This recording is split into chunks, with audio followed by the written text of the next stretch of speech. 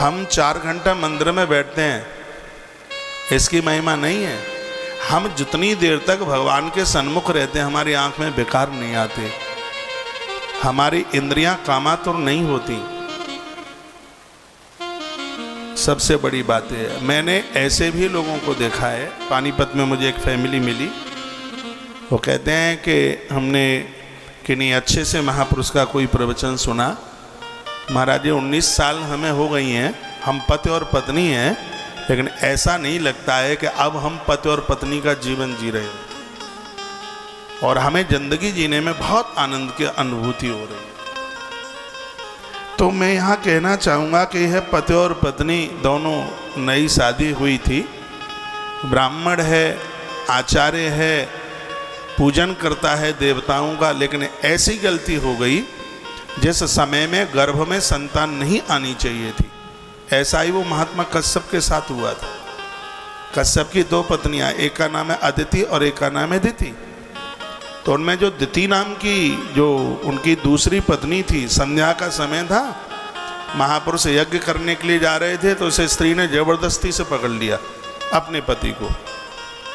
कहा मुझे देखो, मैं श्रृंगार करके आई हूँ, मैं कैसी लग रही हूँ, तुम मुझे देखते नहीं हो। हरदम पूजा पूजा पूजा पूजा पूजा, क्या ये पूजा पूजा। और जबरदस्ती उसने करी। महात्मा रो पड़ा और उसने कहा कि तू मानी नहीं, तूने मेरे साथ भोग किया और इसका परिणाम तू जानती है, तेरी कोख में एक नहीं 2 राक्षस चल के आएंगे, 2 निशाचर चल के आएंगे।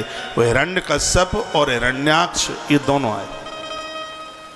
भारी रोई, बहुत रुदन किया, प्रायश्चित करने लगी।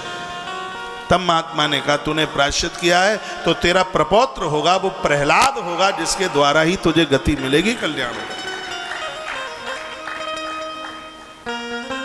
मैंने एक दिन कथा में, पता नहीं रतलाम में बोला है, कहाँ बोला है, बच्चे शराबी हैं, जुआरी हैं, कबाड़ी हैं, इनको 1 टका मन दो, बिल्कुल सब खत्म कर देंगे, ये छोड़ेंगे नहीं। इनका जो अधिकार है, उसकी पत्नी को तो आप देंगे नहीं, क्योंकि आप बड़े चालाक हैं, क्योंकि आपको लगेगा कि पियर न दे के आ जाए, अपने भतीजे भतीजों के नाम रजिस्ट्री ना कर दे। चलो ठीक है, उसकी बहू को मन दो, तो अपने पोते के लिए रखो, उससे दो, वो तुम्हारा वंशधर है, वो तुम्हारा खून है, तो उसको दीजिए। उसको बेटे से नहीं बनती, नहीं बनती तो नहीं बनती, लेकिन उस बेटे की वजह से आप उसके फल को, उसके बेटे को, जो तुम्हारा पोता लगता है, तुम्हारा नाती लगता है, नाती पोता लगता है, चलो ठीक है, पति उस बेटे से नहीं बनती है तो उसकी पढ़ाई लिखाई, क्योंकि वो तो नहीं पढ़ा पाएगा, उसको तो पैसा मिलेगा तो अंगूठा खोलेगा पूरा पैक पैक पैक, तो उसकी पढ़ाई लिखाई, वो बेटी है उसकी, चाहे वो बेटा है, उसकी सगाई विवाह पढ़ाई लिखाई, मुझे लगता है 100 यज्ञों से बढ़ के पुण्य हो जाएगा। यदि कहीं किसी के यहाँ कोई ऐसी दिक्कत है, बेटा तो बिगड़ा हुआ है, उसको ऐमाल लगे हुए हैं, आदत खराब है, तो उस बेटे की वजह से उसके बच्चों को तबाह मत होने देना, उनको तुम संभाल लेना।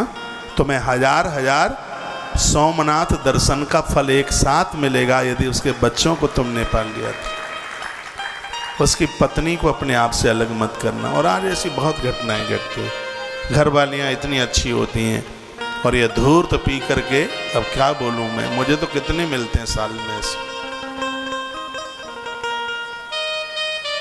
उनका ध्यान आप रखना, आपके बाद जो है उनके लिए संभाल करके रखना। कभी कभी माता पिता बड़े अच्छे होते हैं और बेढंगी औलाद आके जन्म ले लेती है। क्यों? वो पर्व के समय में ऐसी औलाद गर्भ में आ जाती है और वो इस संसार को पेरने वाली हो जाती है। और कुछ ऐसा ही, मैं एक बार फिर कहूँगा कि नवरात्रा, अमावस्या, पूर्णिमा, एकादशी, श्राद्ध, ये वो तिथियां हैं जिनमें गर्भ में संतान नहीं आनी चाहिए। इन तिथियों में संतान जन्म ले वो बढ़िया है, लेकिन इन तिथियों में गर्भ में संतान आवे तो वो कोई राक्षस ही पैदा हो जाएगा। यहाँ कुछ ऐसा ही हो गया। ये कथाएं सिखाने के लिए कुछ बोलती हैं, कहानियाँ तो आप घर से पुराण पढ़ लेंगे। तो लिखा है कि समय आने पर बेढंगे समय पर गर्भाधान, तो परिणाम यह निकला कि इनको जो संतान हुई वो बेढंगी थी। हुआ तो बेटा था, पुत्र हुआ था। पुत्र को देख के बड़े खुश होते हैं आप, लेकिन बेटियां वाले कहाँ परेशान उतने होते हैं जितना कि जिनके घर में पप्पू जन्म लेते हैं उनकी नाक में दम कर देते हैं पप्पू लोग। तालियां बेटियों के लिए बजा रहे हैं कि पप्पुओं के लिए? बेटी तो रूठ जाएगी तो घर में अंदर जाती है, और पप्पू रूठ जाएगा तो इंदौर जाएगा सीधे। हाँ। बेटी में बेटे में ये तो आप अंतर देखें। मम्मी पापा दिक्कत में हो तो जितना दुख बेटियों को होता है बेटों को नहीं होता। वो अपनी दुनिया में मस्त हैं, उनको शादी हो गई है, उनका तो नया संसार बस। वो तो श्रवण कुमार जैसे कम ही है। मैं अपनी एक बहनों को एक बात बराबर बोलता रहता हूँ, कहता हूँ तुम्हारा पति तुम्हारे सास ससुर को ना माने तो घर में हड़ताल कर दो, बिल्कुल चूल्हा बंद, चौका बंद, रोटी बंद। ये जवाबदारी तुम्हारी है। विमान आएगा, नारायण गरुण को लेके आएंगे तुम्हें लेने के लिए, बिना पूर्णिमा करे पूर्णिमा का फल मिलता रहेगा। इनको अपने सास ससुर से अलग मत होने दीजिए, इनको धर्म कर्म से अलग मत होने दीजिए। इसलिए तो तुम्हारा नाम धर्म पत्नी है। धर्म कार्य में हमेशा पति के दाहिनी तरफ हो, सांसारिक कर्मों में हमेशा पति के बाएं अंग में हो। ऐसा हमारे ग्रंथ बोलते हैं।